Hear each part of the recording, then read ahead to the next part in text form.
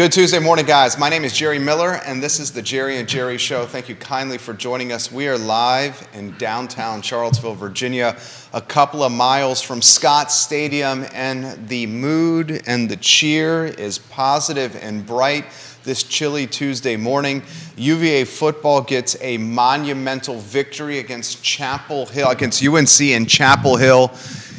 What a win for this football team. And if you take a look on screen, you'll see some of the headlines we'll cover today with the star of our program, Jerry Hootie Ratcliffe, the Virginia Sports Hall of Famer, a man equipped and experienced to answer questions like, is this the greatest road victory in program history? We'll talk Tony Elliott and what this victory does for job security. We'll highlight Superman Mike Hollins and ask the question, does Superman wear number 7? And we'll take a look at Tony Bennett's boys in this Virginia basketball program. ACC Media Day is tomorrow. Judah Wickower, our Elmer's glue behind the scenes, the man who keeps this show and this network together, the director and producer. If we can go to the studio camera and welcome our star, the Virginia Sports Hall of Famer, Jerry Hootie Ratcliffe, in Chapel Hill on Saturday evening. My friend, what a victory. Quite a victory, Jerry, and I don't think hardly anybody saw this one coming at all because I have a guy named Andrew Jones who's publisher of Tar Heel Illustrated, we usually do a podcast before every Virginia-North Carolina football basketball game, and Andrew is a guy who is so honest about things. And even when Virginia, in past years, when Virginia didn't have much of a chance, he would say, well, you know, they could exploit this or that from Carolina and all that. But even he and I talking off air before our podcast the other day he said, I've looked at this from every angle, Hootie, and he said, I honestly can't find one way that Virginia can win this game. And he was being totally honest. I couldn't either, and we finally agreed on the point that if anything got in Carolina's way, it would be Carolina, which turned out to be somewhat prophetic. Mack Brown, I think we talked about it on the show last week. Mack Brown told his players a story he had learned when he was at Texas about don't eat the poison cheese. And he did end up hanging little pieces of cheese on every locker that week to remind them that you're probably not as good as your clippings. So, take Virginia seriously. Don't let yourself drop your guard. And some of that occurred. He came out yesterday and fell on the sword and took the blame for the loss, but for not having his team ready. But you look back upon it, and it wasn't because he didn't warn them. That's for sure. They had proper warning that you could get upset if you're not careful, and they didn't listen. They didn't listen. Mike Hollins, we'll start with him. 3 touchdown performance for Superman, who wears number 7. Tony Muskett, 20 of 30. He did have a pick. He did have a touchdown. The offensive line really showed up against UNC. I was very impressed with the offensive line. Let's cut to the chase. Drake May, the gunslinger for UNC, was not his NFL caliber self. He still had a hell of a line. 2 touchdowns, a pick, 347 through the air, but it was the 24 of 48 and the missing of wide open wide receivers that had many watching the game or in person in Chapel Hill asking, what the heck is going on here? First, I'd love to highlight the positives. Do you start in the trenches with the offensive line? Yeah, and I think you actually have to start in the meeting rooms over at the McHugh Center where the coaches put together a brilliant game plan, really. I think that these guys saw something on film that nobody else has seen this year when they studied North Carolina. You can't tell me that, as well as Virginia's offensive line played, you can't tell me that these guys magically transformed from a team that couldn't block NC State and Boston College to all of a sudden dominating the line of scrimmage against a defense like North Carolina. I know Mack Brown had tried to dispel the notion around college football that his team was soft and they had done a pretty good job of that. But I think these guys, in their film study, these UVA coaches, I think they found something in there that they could exploit, because Des Kitchens told us after the game that he felt like that Virginia could run on Carolina. And Carolina had only given up 130 yards a game on the ground. Virginia rushed for almost double that in Kenan Stadium when Carolina had everything to win. I mean, people were talking about college football playoffs, about being in the ACC championship game against Florida State. So the fact that Virginia was able to control the line of scrimmage and run the football down Carolina's throats was massive. I thought that was the whole key to the game, because if you can run the ball like that, you can control pretty much everything. And Virginia had the ball a lot longer time of possession than Carolina did, kept Drake May off the field, and did everything they had to do. But kudos to the offensive line, because they did open holes for these guys, and it made a huge difference. They should get a game ball for what they did. Absolutely. Hootie Ratcliffe dropping dimes here. The time of possession, UVA 37 minutes and 6 seconds. UNC 22 minutes and 54 seconds, dominating time of possession. And Jerry Ratcliffe is exactly right. 54 carries for 228 net yards on the ground for UVA football, $143 on the ground for UNC. Viewers and listeners, you can offer comments, and we will relay them live on air. Let's go to Keswick, Virginia. Stephanie Wells Rhodes watching the program of the Interstate Service Company family, a Holmes best friend. She says, fellas, my husband swore we were going to win all day Saturday. He said we were due. I wish we would have put some money on it. So proud of our team. Go Wahoos. That's from Keswick, Virginia. Kevin Yancey, he loves to play the bear. There's always a bear in the room. Right. He says, a blind hog still finds acorns occasionally. He's watching in Waynesboro right now. Rob Craig, you see him from time to time, right there on press row at UVA basketball games. He says, when you consider ranking records, point spread, doesn't this have to be considered the biggest upset, most improbable win in UVA football history? You put the headlines on screen for Jerry Hootie Ratcliffe. That's literally what we talked about in our pre-production meeting. Is this, I got a two-part question for you, and I'm going to echo what Rob Craig said. Is this the greatest road victory in UVA football history? And then I'm going to echo what he said. Is this the biggest upset, most improbable win in UVA history? Well, probably so, because you consider the circumstances, and even though we're not, it's going to be interesting to see how this season pans out, whether Carolina continues to win and ends up doing everything that they wanted to do, or if they just kind of become another mediocre background football team. That's yet to be determined. And so that could take that could tarnish some of what Virginia accomplished. But in today's perspective, as we speak, in real time, it was massive. Since they've been keeping polls, there's been nothing like this in Virginia history. It's the first time they've beaten a top 10 team on the road ever. Again, since they started polls. In my study and research to write the Virginia history football book, there were two massive upset wins back in the day. One, they beat Penn in Philadelphia back, I think it was in the 40s, and it was a massive upset because Virginia had never beaten Penn. Back in those days, the first 50, 60, 70 years of college football, the Ivies were essentially considered, the SEC of college football back in those days, along with Notre Dame and Army and Navy. But that was a massive win. I think talking to some Virginia players who were part of that. I think that was during the Art Gep era.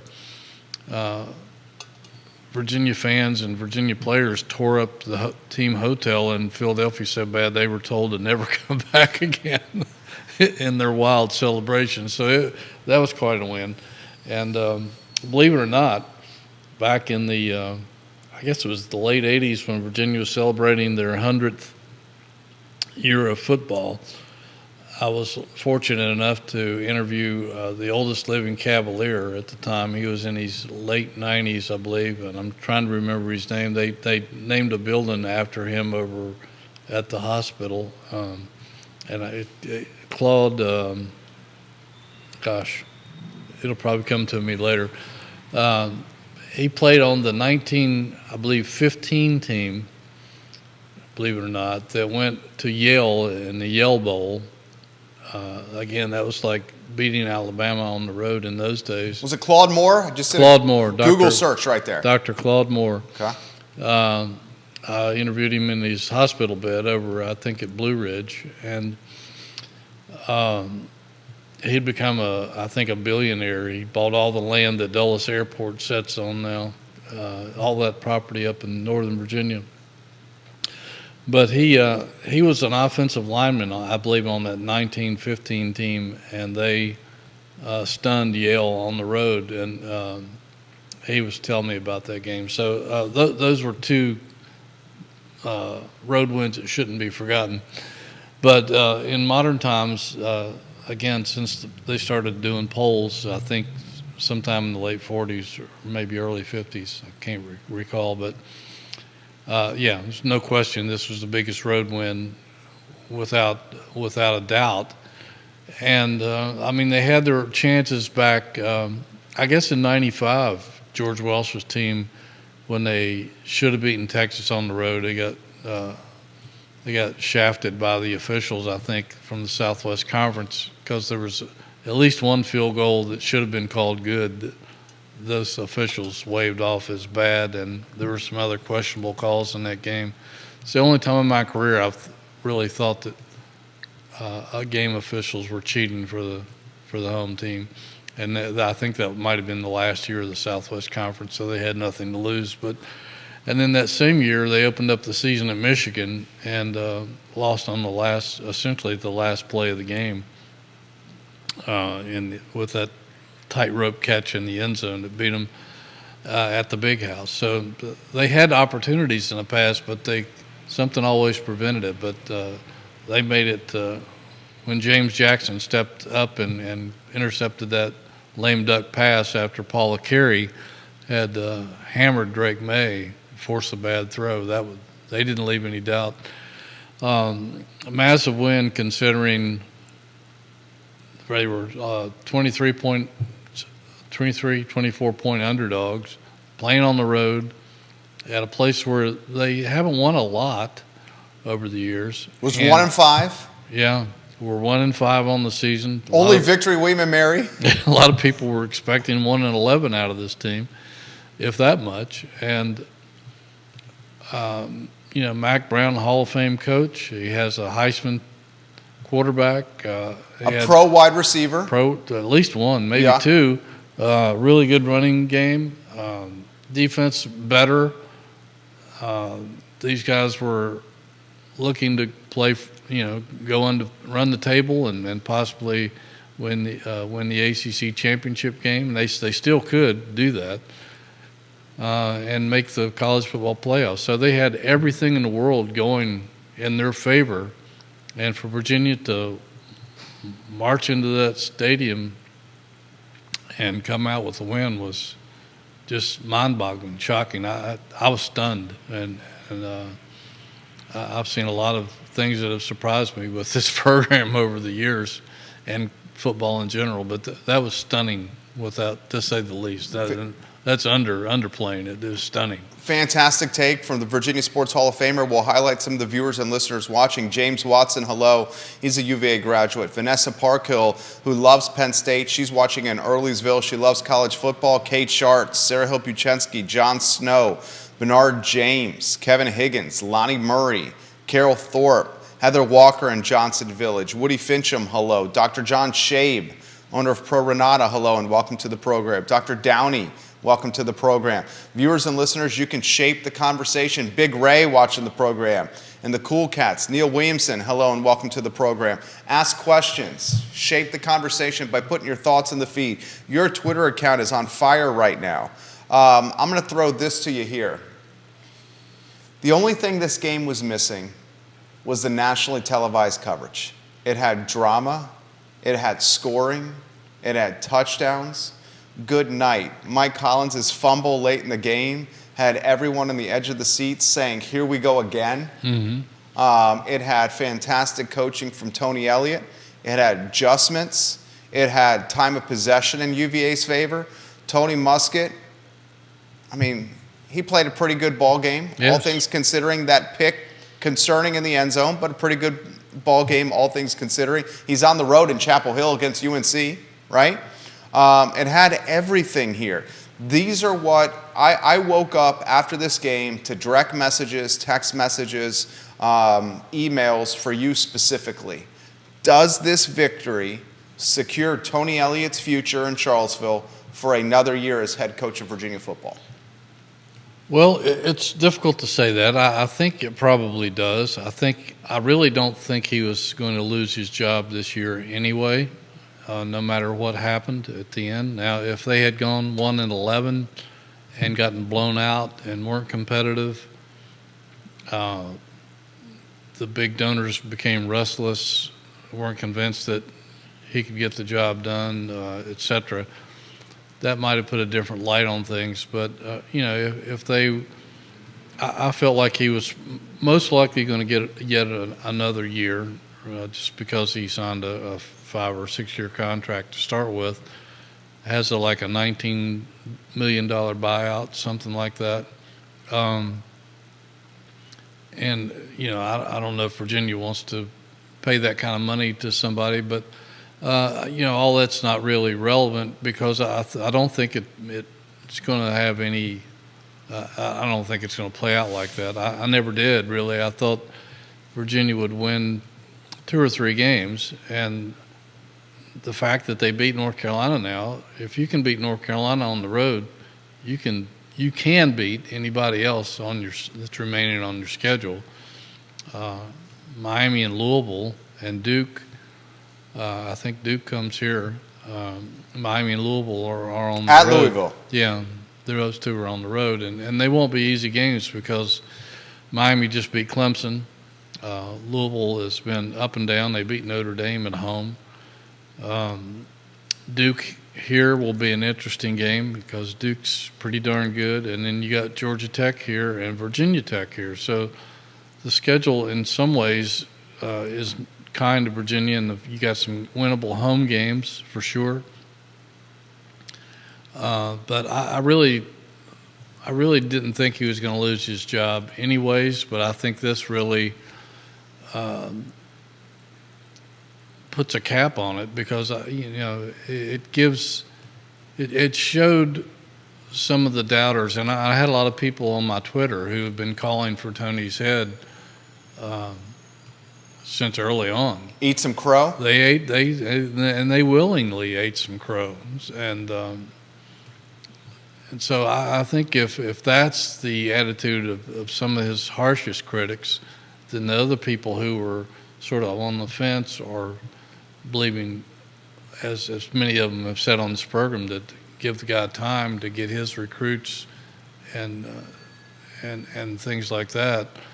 I think things are weighing heavily in his favor now in terms of giving hope, and that's all a fan base needs. I think is hope that they can be competitive week after week, and this, I would think this would furnish plenty of hope for the rest of this season and down the road. If he can go on and win a couple more games, win 4 or 5 games, which virtually no one expected, I don't think. I'm sure there's some of the most diehards out there. I mean, the over-under was what, 3.5 at the beginning of the year for victories? Yeah, 3.5. So if he can win 4 or 5, that gives you a lot of promise that, hey, maybe he can turn this thing around. The schedule closes like this. On Saturday, You got Miami in South Florida on the ACC network, 3:30 kickoff. Virginia then hosts Georgia Tech in Scott Stadium, 2 o'clock kickoff here in Charlottesville. Travel to Louisville on a Thursday night contest. ESPN's going to offer a national televised audience. Louisville, 7:30 kick. You follow that with Duke the following Saturday in Charlottesville, and you close with the Hokies on the 25th of November. So you close the year with Miami, Georgia Tech, Louisville, Duke, and Virginia Tech. There are winnable ball games on this schedule. Virginia Tech looks very human. Mm-hmm. Georgia Tech, you would say, is a winnable ball game. And Georgia Tech, I don't think, has won here since 1990. Georgia Tech, very winnable. Miami, Louisville, and Duke will be some stiff competition. Of those three, would you call the Cardinals the most likely opportunity for a win? I'm not sure because you got Duke here. And even though Duke has played pretty well, they've lost a couple. They'll probably lose at least another game before they get here, maybe 2, because they don't have an easy schedule either. I think they have to play. I got it right here. Duke's schedule, Hootie's exactly right. Duke has got a difficult schedule to close, and they just lost a tough ball game in Tallahassee to Florida State. Florida State looks like the real deal, ladies and gentlemen. Yes. Duke at Louisville, Hootie. Hosts Wake Forest, at UNC, at UVA, close with Pitt. Yeah, so they could be susceptible to another loss or two before they get here, and who knows how that might impact them. And even though Virginia lost a lopsided game to Duke last year, I believe, the games here in Virginia.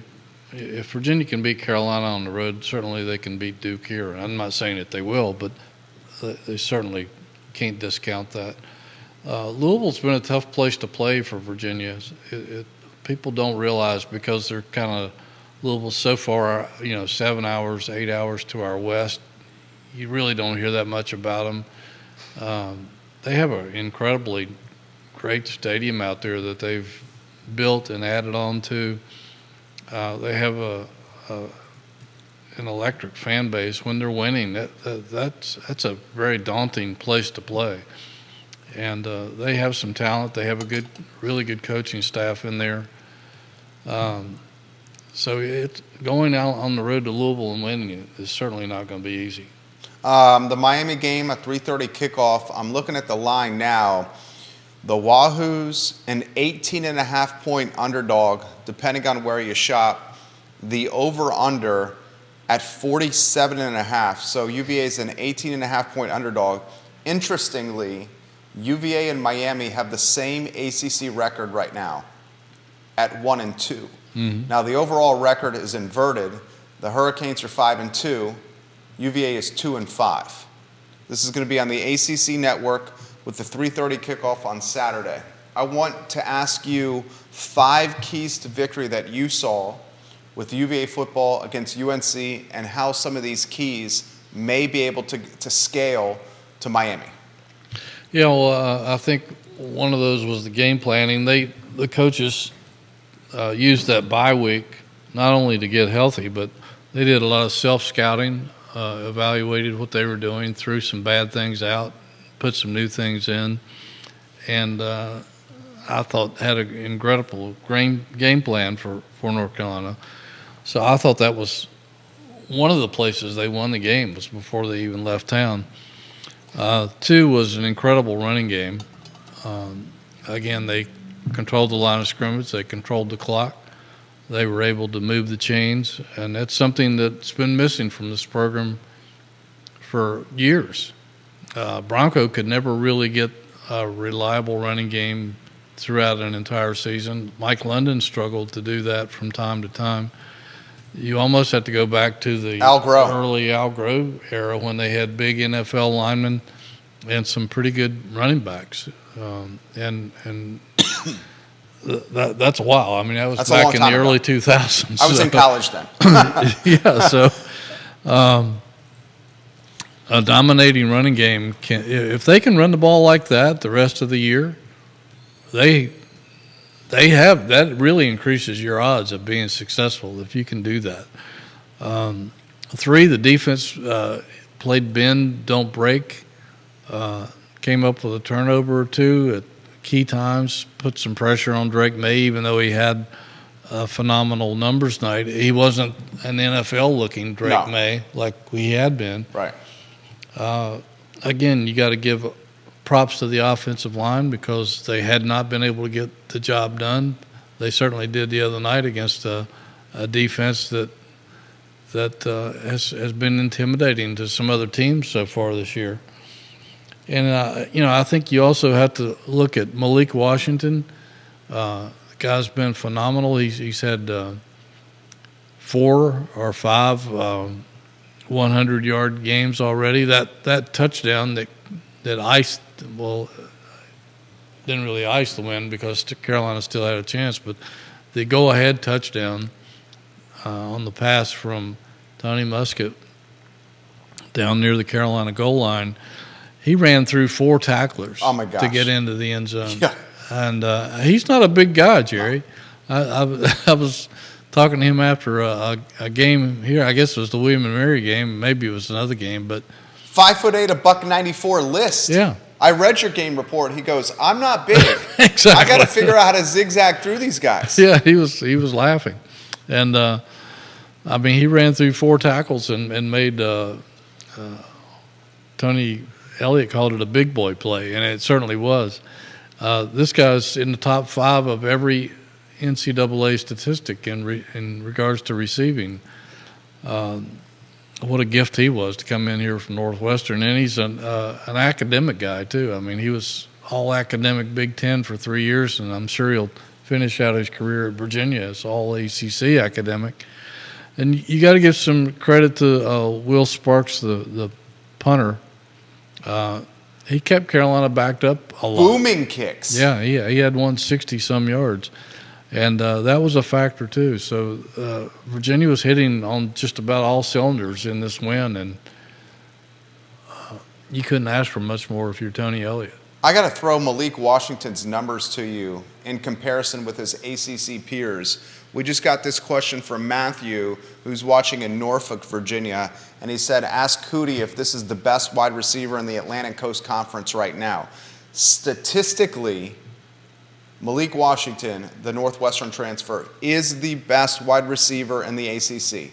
He's got 56 catches.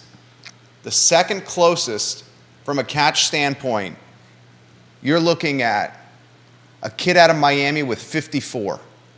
He's got 56, Malik Washington. 783 yards through the air.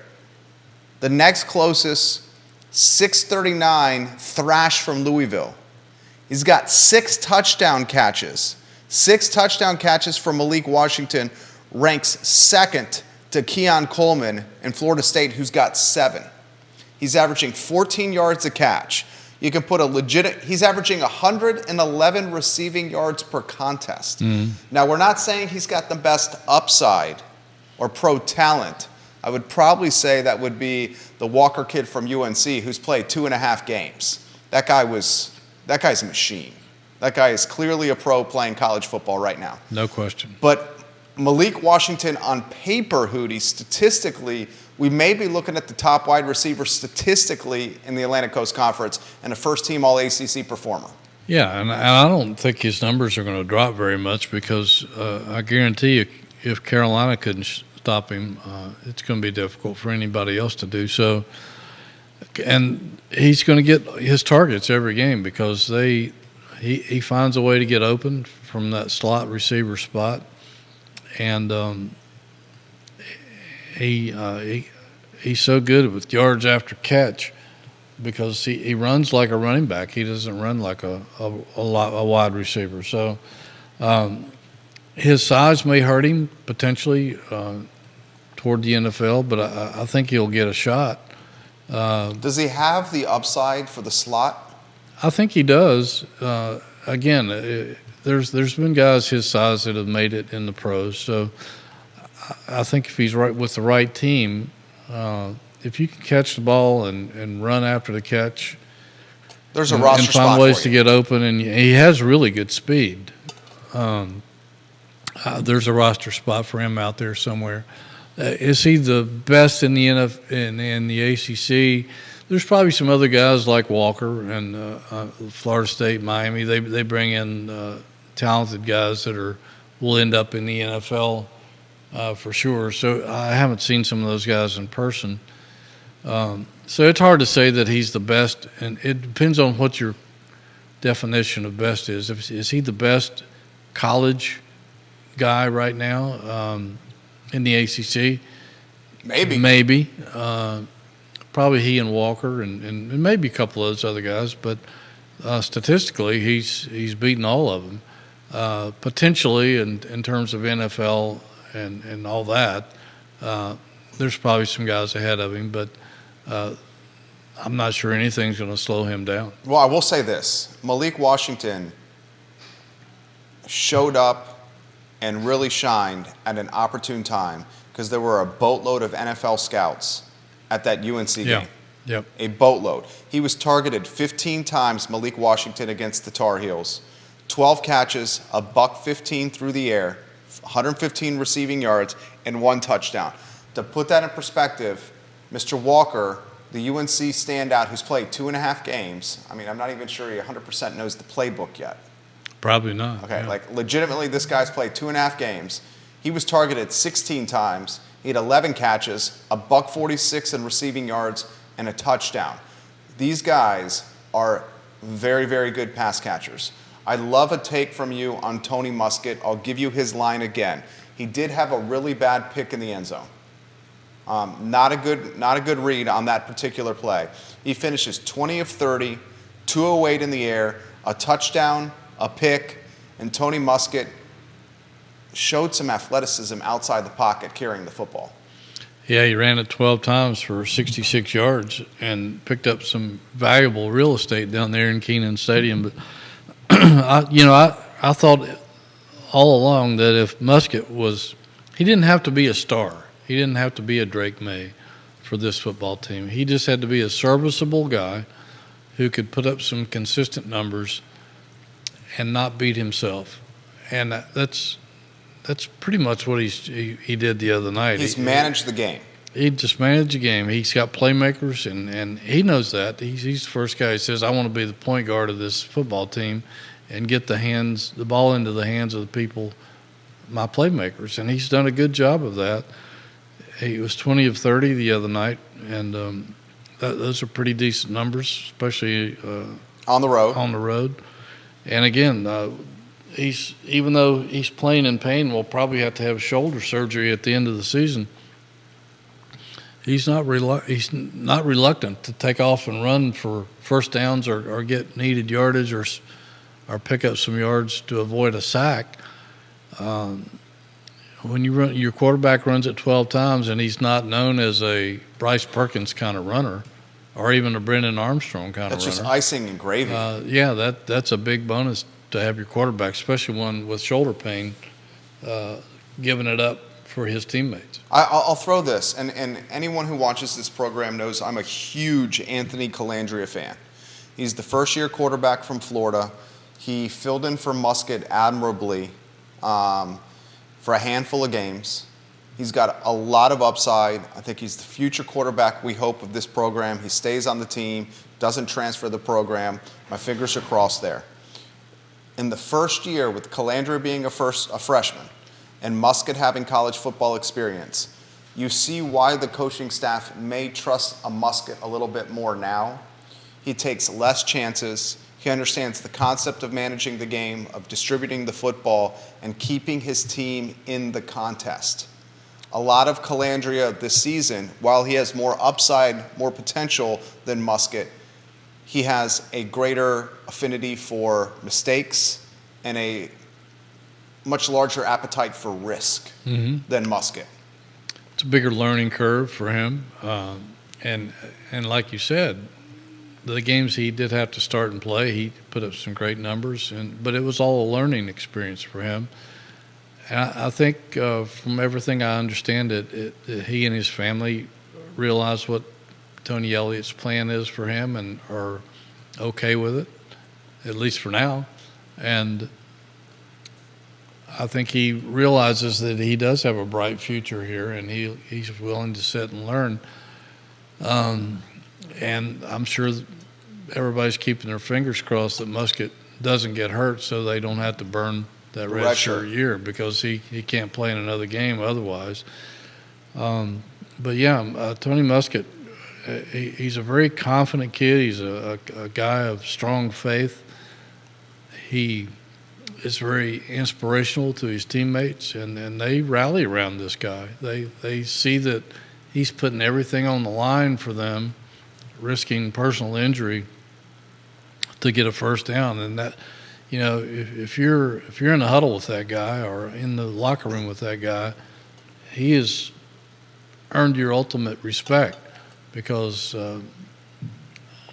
he can make plays, and the fact that he is willing to put everything on the line to win. And this kid loves Virginia. He grew up in Northern Virginia. I think he would have liked to have come here originally, but was overlooked in the recruiting process. But the fact that he got a chance to come here and is gung-ho Wahoo, you have to give him the ultimate respect. Well said. Well said. Kevin Higgins, watching the program in Greenwood, he says it's not the numbers of We Are Marshall, but it is We Are UVA, and that win was remarkable.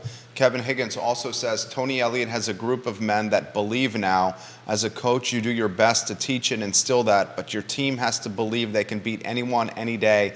The Hoos lost 3 games by 7 total points, figuring themselves out. That's over with now. We now have a confident team that believe in each other. Think about what Elliott and his team went through last year. George is looking down. Wow, George Walsh is looking down with pride. Kevin Higgins Those says. are all valid points by Kevin there, and George probably is, because George thoroughly enjoyed beating Carolina. He probably not as much as he enjoyed beating Duke, because he and Steve Spurrier had this thing. that carried on forever, even after Spurrier was gone. But George rarely lost to North Carolina. He took that rivalry seriously, and it is the South's oldest rivalry for a reason. And it's a shame that it wasn't on something more available than the CW. They say that's a national network. I guess it is, but not everybody can get it, obviously, because you couldn't get it. Yeah, and we got a boatload of options. Yeah, so,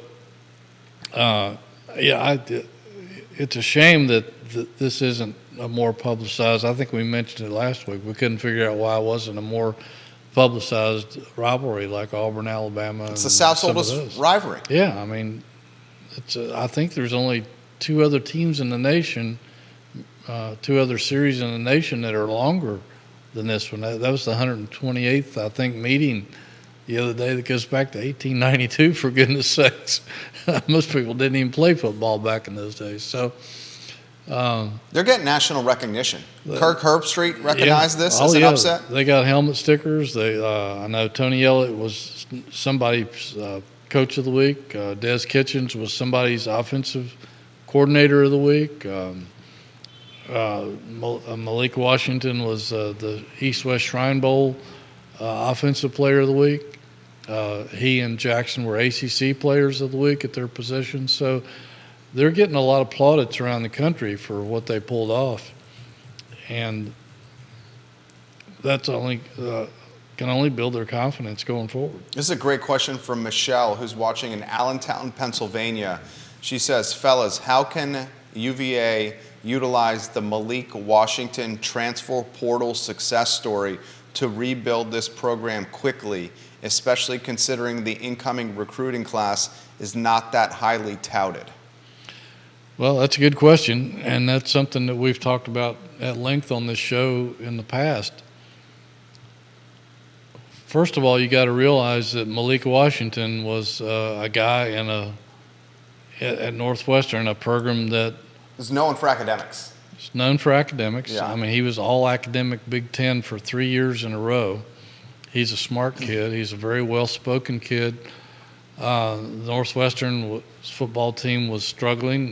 They had some scandal within their program that has cost. Still do, and I imagine that quite a few guys left there. He's not your common transfer portal guy.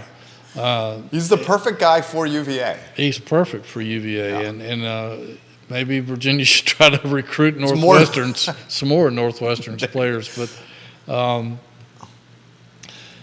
it's difficult, as we've said before. Even though there are so many players in a transfer portal, some of them academically just can't cut it here, and some of them who probably could, some of their credits won't be accepted by UVA. They won't transfer. So that cuts down your pool considerably. And some other guys are looking for NIL. Some are not. But the ones who are probably going to look elsewhere because they want a payday. And you're not going to come here and get rich playing football for Virginia, at least through the NIL system, unless something changes here. And that's a question for the future. But I think they probably will put more effort into the transfer portal this time around. I guess it might have been Tony's first experience with that because he was the first-time head coach. Maybe he didn't realize that he needed to lean on that as much as some other coaches do. I don't know how much he was involved with that when he was at Clemson as opposed to Dabo and other people.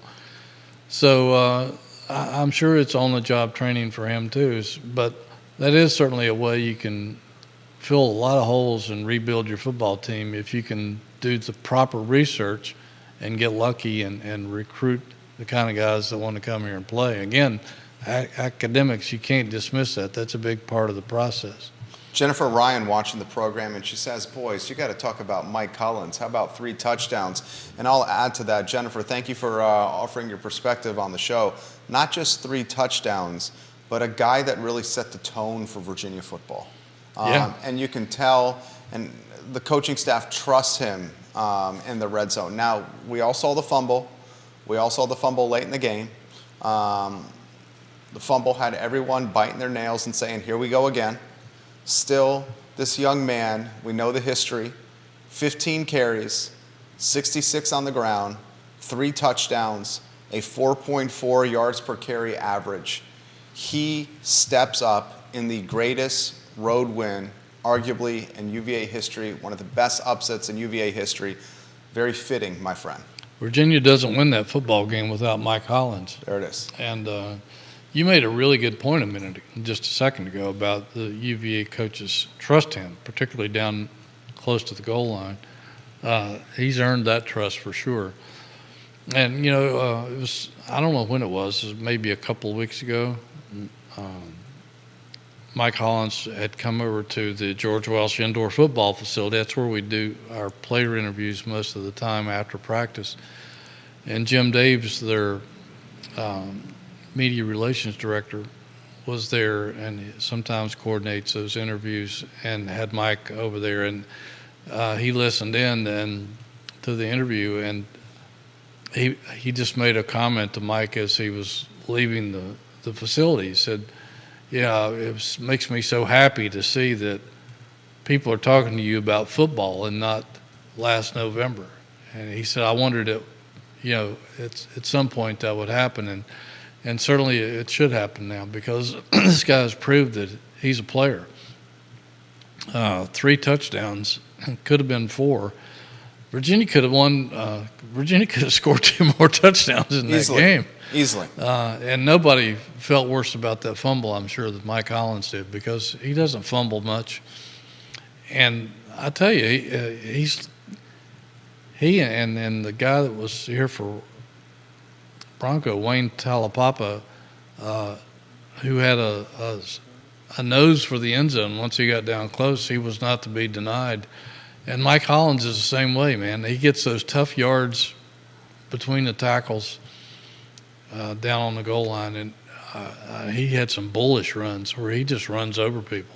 Well, Hollins does a good job of getting his pads upfield and making a decision quickly. Yes. He's not one of those tailbacks that dances in the backfield and risk a lot of tackles for loss. And in the red zone, and especially when you're trying to control time of possession by moving the chains, having a tailback that makes a cut quickly, makes a decision quickly, and he's not a small guy. I mean, this guy packs a punch. Yep. I like his running style, especially how it maybe complements some of the other tailbacks on the roster, and I see why he's a trusted guy at Hootie in the red zone. And I don't think the Fun Bowl is going to dissuade the trust the coaching staff has in Hollins, because this guy is not only playing for his team, he's playing for his fallen brothers. Yes.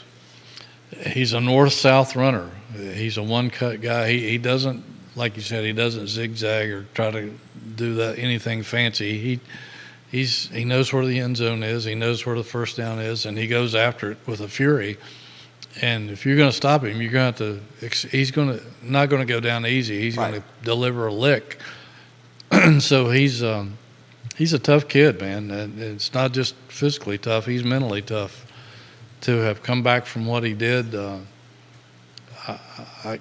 if there's some kind of a national comeback player of the year award, it's him. I know the ACC has one, the Brian Piccolo Award, and it should be him hands down. I can't imagine anybody who has ever gone through anything quite like that before and come back and played, not just played, but played well. And I mean, he's a force out there. Logan Wells Claylow watching the program. We got viewers and listeners in North Carolina, South Carolina, Georgia, across the Commonwealth, in Maryland, and in Pennsylvania watching the program as we speak right now. If you have any comments, put them in the feed. We'll get to Grace watching the show. She says she's a UVA graduate of 2006, and she wants to talk about Des Kitchings and what he had to say about Tony Elliott following the win. She said Des gave immediate props to Coach Elliott and what he has gone through following the victory, and he should be commended for that. Yeah, no question about it. Des is a good guy. He's fun to talk to. Talk to him every week. I'll probably miss it tomorrow because I'll be down in Charlotte for the basketball media day. But I'm sure Des is very close to Tony Elliott, them being offensive guys like they are and doing a lot of game plans together. Not to say that the other offensive coaches aren't, or the defensive coaches, but I think there's probably, when you've been an offensive coordinator like Tony Elliott was at Clemson for a decade, there's probably a closeness to your offensive coordinator, as in Des. And Des has caught a lot of heat, as has Tony. A lot of people pinned last year's offensive woes and some of this year's offensive problems on Des. So he's been open to criticism, and he has obviously seen the criticism that Tony Elliott has had, and Tony hasn't. Well, he may have had it impact him, but he's kept it to himself. He's always smiling when we see him at any meetings we have with him, and a positive attitude. And Des mentioned that after the game, that Tony had been through so much, maybe more so than anybody coaching today, from the events of last November's tragedy, and for him to be able to get the team through that and his coaching staff through that and himself through that, and to never give up and to keep encouraging the team and telling them that you saw a clip last night of Tony before the Carolina game greeting each player as they came out of the tunnel and saying, "Hey, this is what you dream of. This is why we're here. You know, this is why you play football. Never give up. Get your game face on." You know, he was encouraging. You can't say enough about him and these other coaches for keeping a positive attitude and keeping these kids inspired, because it could have easily gone the other way. They showed highlights during the game and post-game on television of Coach Elliott interacting with the players on the sidelines and before the contest. And everything you just said is very well spoken. he has faced so much adversity and crossfire. But in the in the warm-ups, he's high-fiving his players. He's got the biggest smile on his face, and he was able to manage that adversity by putting on a face of, let's go out and have fun. He may have the weight of the world on his shoulders, but that energy was not conveyed to the roster. And that's a sign of a fantastic coach, to be able to either code switch or manage stress the right way where it's not conveyed to the players. I think you gave a quote last week about Deion Sanders, and it was like a head coach may be feeling something, but the general on the sidelines is never rattled because the players can feel that energy. Exactly, and they believe me, those kids pay attention to their coaches, and they can detect if there's a weakness or a lack of belief or anything like that. And how many times have we seen it around the country where a coach will get rattled and throw his headset, be losing his mind on the sidelines when things don't go right, and it reflects back to the team. They begin to lose their cool. They get shaken. They lose their confidence. Tony Elliott's not like that. I mean, he's had his moments when he was frustrated because for a while there it seems like every break went against him, and some questionable calls I think at times this year that's hurt them. That's fair. There's been some frustration certainly, but and the fact that some of his own players were their own worst enemies at times, and I think that was one of the big points of emphasis during the bye week. And Des talked about this at length, and Tony did too, is that they spent a lot of that time just explaining to the kids that, hey, if we stop these dumb penalties, if we stop making mistakes, if we stop helping the other team in crucial situations, we're not that far away. We've been close, and we've killed ourselves with losing our cool and punching a guy after the whistle or doing NC something. State? Yeah, doing just... Was it 4 turnovers in the fourth quarter for Calandri against Maryland? Yeah. You know, the NC State... 3 straight possessions, yeah. 3 straight possessions. NC State, hate to use names when it's college players. They're not pro players. You got an offensive guard punching somebody after a touchdown. You got a helmet removal that gives better field position. I mean, I know hindsight's 20/20, and in big-time college football, there are no moral victories, but Kevin Higgins did make the point. They were in a lot of ball games. They had double-digit leads in 3 games and lost. Right. Double-digit leads in 3 games and lost. So this season could have been very different. Kevin Yancey, he likes to play the bear. He says, sorry, you can scheme up for UNC, but not JMU or Boston College. I mean, we understand your points there, Kevin. But at the same time, this team has got a brand new head coach and still is trying to work its way through a different system.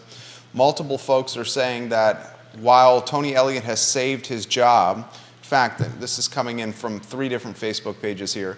I'll paraphrase from 3 of them. Thomas, I'll read yours, and 2 others are echoing what you're saying. While he certainly has saved his job, and I was one of those folks that was calling for his removal, and now I have to, as Hootie said, eat some crow, I do think there should be some coaching staff changes to this football team. You agree with that? I think it's premature at this point to do that. Let's play out the season and see what happens. And I think he's alluding to assistance here.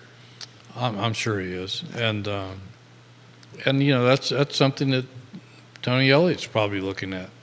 From an evaluation standpoint of whether he needs to make any adjustments in that department. Scheming up for JMU,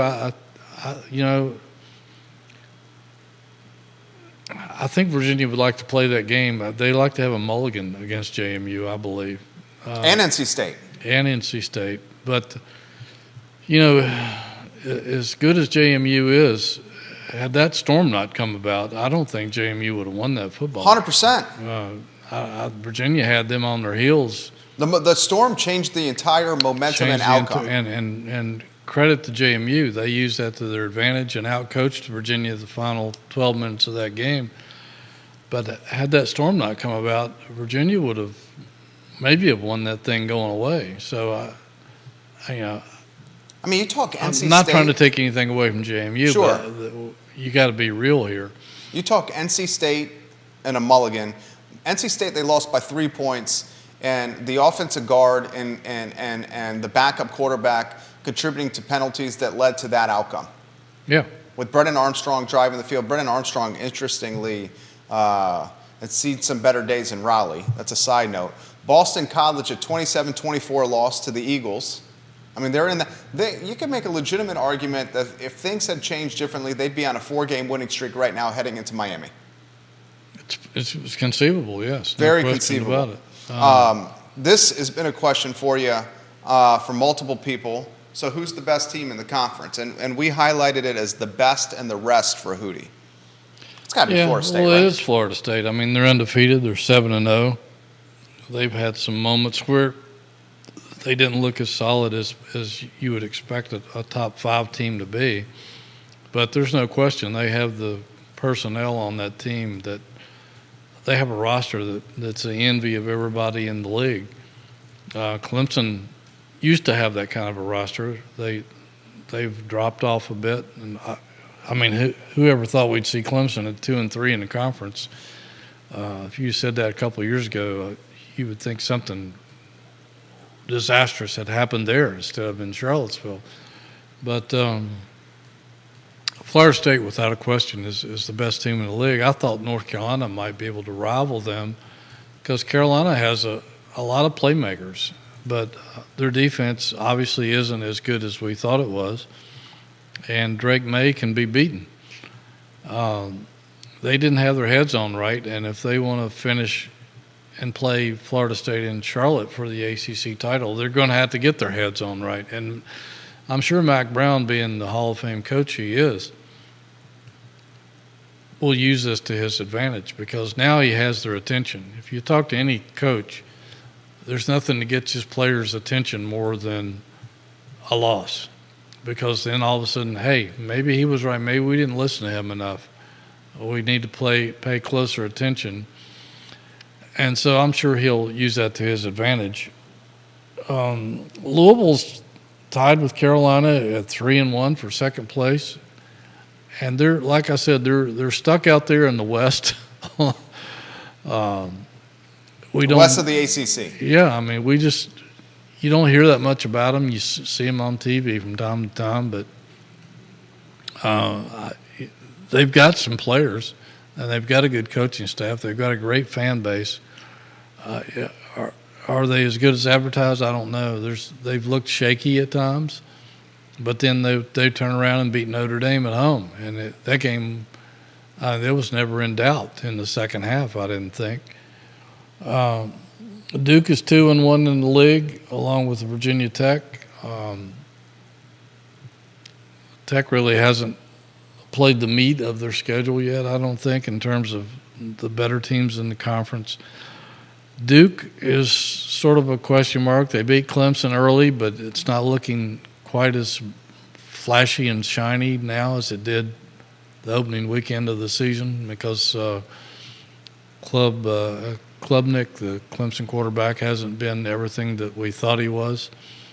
And Clemson hasn't been everything we thought they were going to be either. So Duke is solid. They're a good football team, don't get me wrong, but there's more to be told in that case. So right now I think it's Florida State hands down over anybody else. If you had a crystal ball, Florida State and who in the ACC championship? You sticking to UNC? I still think it's UNC. Me too. If they can get their act together, if they can learn from this loss, which they should.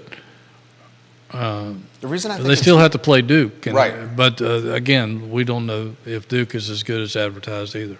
The reason I think it's UNC, I think the addition of Trez Walker makes them even more explosive on offense and dynamic. And I don't think we've truly seen Trez Walker assimilated into this offense to the proficiency or efficiency that he will be at the end of the year. I think you're right. And I think May now has some bulletin board material himself where he's going to look to rebound and really show the scouts that this was an anomaly and not indicative of his NFL upside. And I think May has got a tremendous NFL future ahead of him. So we're both thinking of North Carolina, Florida State, ACC championship as of now.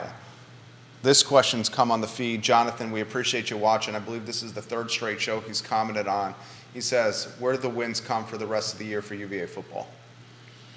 Well, I said that we've said all along that I thought they had really good shots here against Georgia Tech and Virginia Tech. I still believe that. Me too. Georgia Tech, they're developing as they go, but I think the fact that that game is here, Virginia has had their number. I don't think, I may be wrong about this, but I don't think Georgia Tech has won here since 1990. So they have a little phobia about coming to Charlottesville. One of the greatest comebacks I've ever seen was the hook and ladder against the Ramblin' Wreck. That's right. Scott Stadium. Mike Groh called that play. I'll never forget. Alvin Pierman. To Alvin Pierman. And, Virginia Tech at the end of the year, Virginia Tech seems to take this rivalry more seriously than Virginia. You got to question whether it is really a rivalry because it's so lopsided as opposed to the Virginia-North Carolina thing where Virginia's won 5 of the last 7. But I would think those two are strong possibilities. It's going to be tough at Miami, even though Virginia's got some momentum going its way. You're playing down in South Florida, but they've always seemed to give Miami a good close game. Even there's a couple times in the last 5 years they should have won at Miami. They just couldn't score. And I don't know that that'll be the case this Saturday or not. And I think Virginia has enough confidence now, and if this offensive line can continue to punch holes in the defense, they'll find ways to score down in Hard Rock Stadium. But it's going to be tough out at Louisville. Again, they could sneak up on everybody and end up in the ACC championship game because nobody's counting on them. And then I think the game here against Duke, I think Virginia's got a good chance of winning that game if they can continue to build off of this win and get better and develop the running game.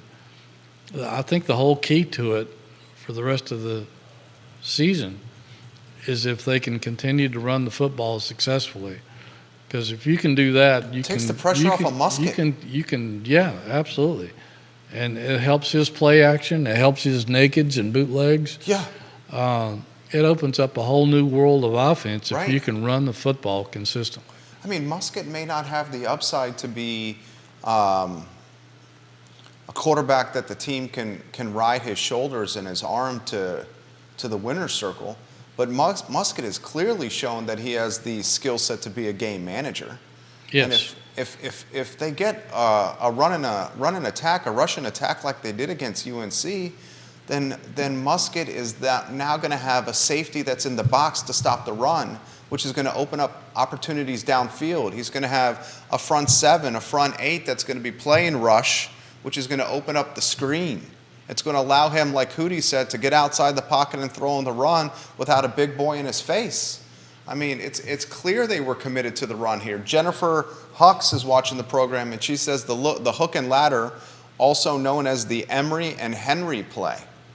Watching the program there. I didn't know that. I didn't know that either. I learned something every day. We both did right there from our fantastic viewers and listeners. My friend, we are at the 11:23-minute marker. Time flies as we're having fun. We want to talk hoops. ACC Basketball Media Day is tomorrow in Charlotte. The Virginia Sports Hall of Famer Jerry Hootie Ratcliffe will be there in Charlotte. What are you going to be watching of ACC Basketball Media Day tomorrow? Yeah, my son Scott and I will both be there. First, where are you going for food? The really tough question. Because you got all the good eateries, Hootie, on the ACC trail. Well, I don't know if you've been to this thing, but it's different than some other media events because you're in a hotel room. Okay. You get there at 8:30 or 9:30 in the morning, register. they have a breakfast buffet, and then they have a lunch buffet.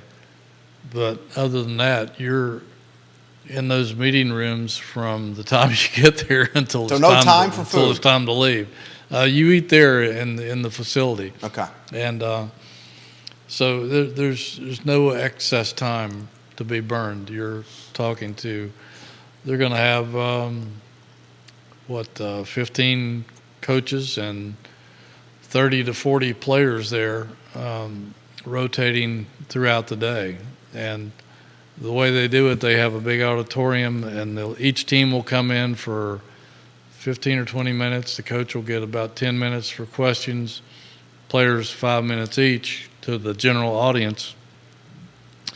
Then comes, that part is okay, but my favorite part is that then they go into a breakout room where you've got Tony Bennett at one table.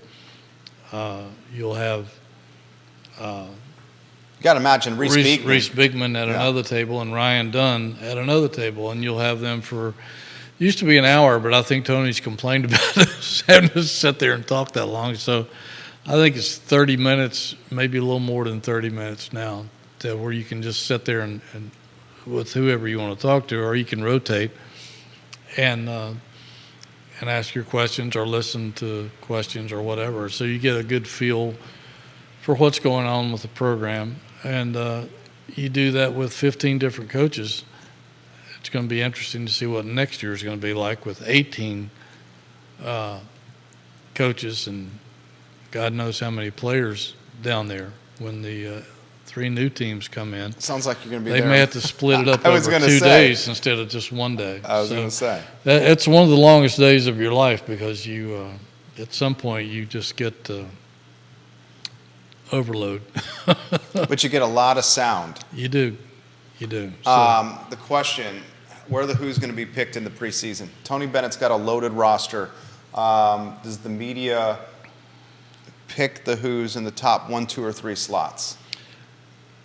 Possibly third. I think the media will probably vote, and some of this because of where it's at. It's in Charlotte, so there's going to be more media from the North Carolina areas there to vote.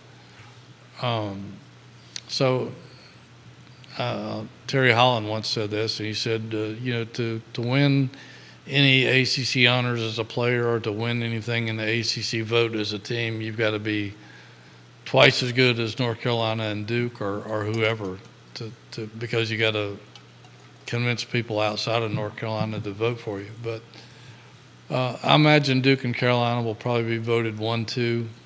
That third spot will probably be up between Miami and UVA would be my guess. And then it'll be a scramble after that. But I imagine those will be your top 4. This basketball team, absolutely loaded. We covered this last week, but I'm seeing the questions here on the comment feeds from the viewers and listeners. They're saying, what's the starting 5 looking like for you? We did cover this last week. The show archived, guys, everywhere you get your social media. We said Beekman and McNeely. Yeah, I think that will be your 2 backcourt guys. And then we talked Dunn and Leon Bond. And I think they'll start out at least with Jordan Minor, the 6'8", 242-pound bruiser, as a center, and that they can move a lot of bodies in and out of there with Blake Buchanan. Even though he's a freshman, he's 6'10". He's a stretch 4, even though he's a big guy.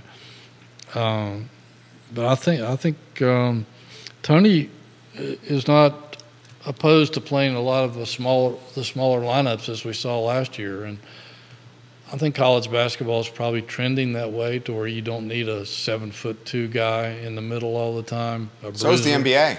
Yeah, NBA as well. And that's drifted down to college basketball. So I think Tony likes the fact that he has 4 guys, sometimes 5 guys that can handle the ball, can shoot, can move, and can play defense. And you can still rebound that way. You might find it difficult if you run into a really big opponent who's also athletic, like they did against Carolina a couple of times in the last couple of years, and some of the other teams like that. But I think he's more concerned about getting the ball in the basket, and I think he has enough shooters around now that we're going to see a lot of bodies playing from early on. I think he'll play 9, 10, 11 guys in November, at least in some of the powder puff games, rent-a-victim games,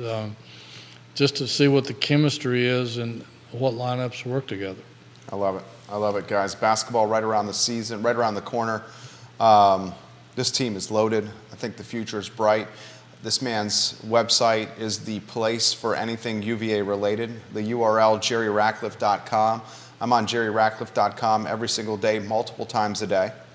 Was it Tarleton State to open the season on the first Monday, the Monday before Election Day, so that would be the 6th of November. I think that's correct. They got Tarleton State. So we got basketball literally 13 days away, Hootie. Be here before you know it. 13 days away. This man's schedule, press conference today, Scott Stadium. No, it's over at JPJ, actually. JPJ. Yeah. Mm-hmm. Then you're going Media Day in Charlotte, Wednesday. You back Thursday? Yeah. Back Thursday. Mm-hmm. You busy man. This is the time of year that's the overlap that really ages sports writers. That's what I'm going to say. The overlap. Novembers are brutal. Overlap right now, especially when you got a basketball team like UVA that is very bright with its upside. My friend, this is a joy. Time flies when you're having fun. Any closing thoughts for your fans? We appreciate your viewership of this show and appreciate you visiting our website and listening to our podcasts. We'll have some of those this week, and thank you for your questions. You know, I listen to other talk shows sometimes around the country, and sometimes they get some really dumb questions. Our audience is intelligent, man. They ask really good, thoughtful questions, and you're smart, and we appreciate that. Well said. Well said. We give props as well. Both of us do to Judah Wickhauer, the man behind the glue technology. Man. The glue man. The Elmers over there, Judah Wickhauer. This is the Jerry and Jerry Show. Find it anywhere you get your social media. Tuesdays at 10:15 in the morning. Thank you kindly for joining us. JerryRatcliffe.com for anything Wahoo related. The I Love CVille show is up in approximately 59 minutes. Thank you kindly for joining us on a Tuesday, and go Wahoos. Take care, everyone. That was awesome. He's going to tell us when the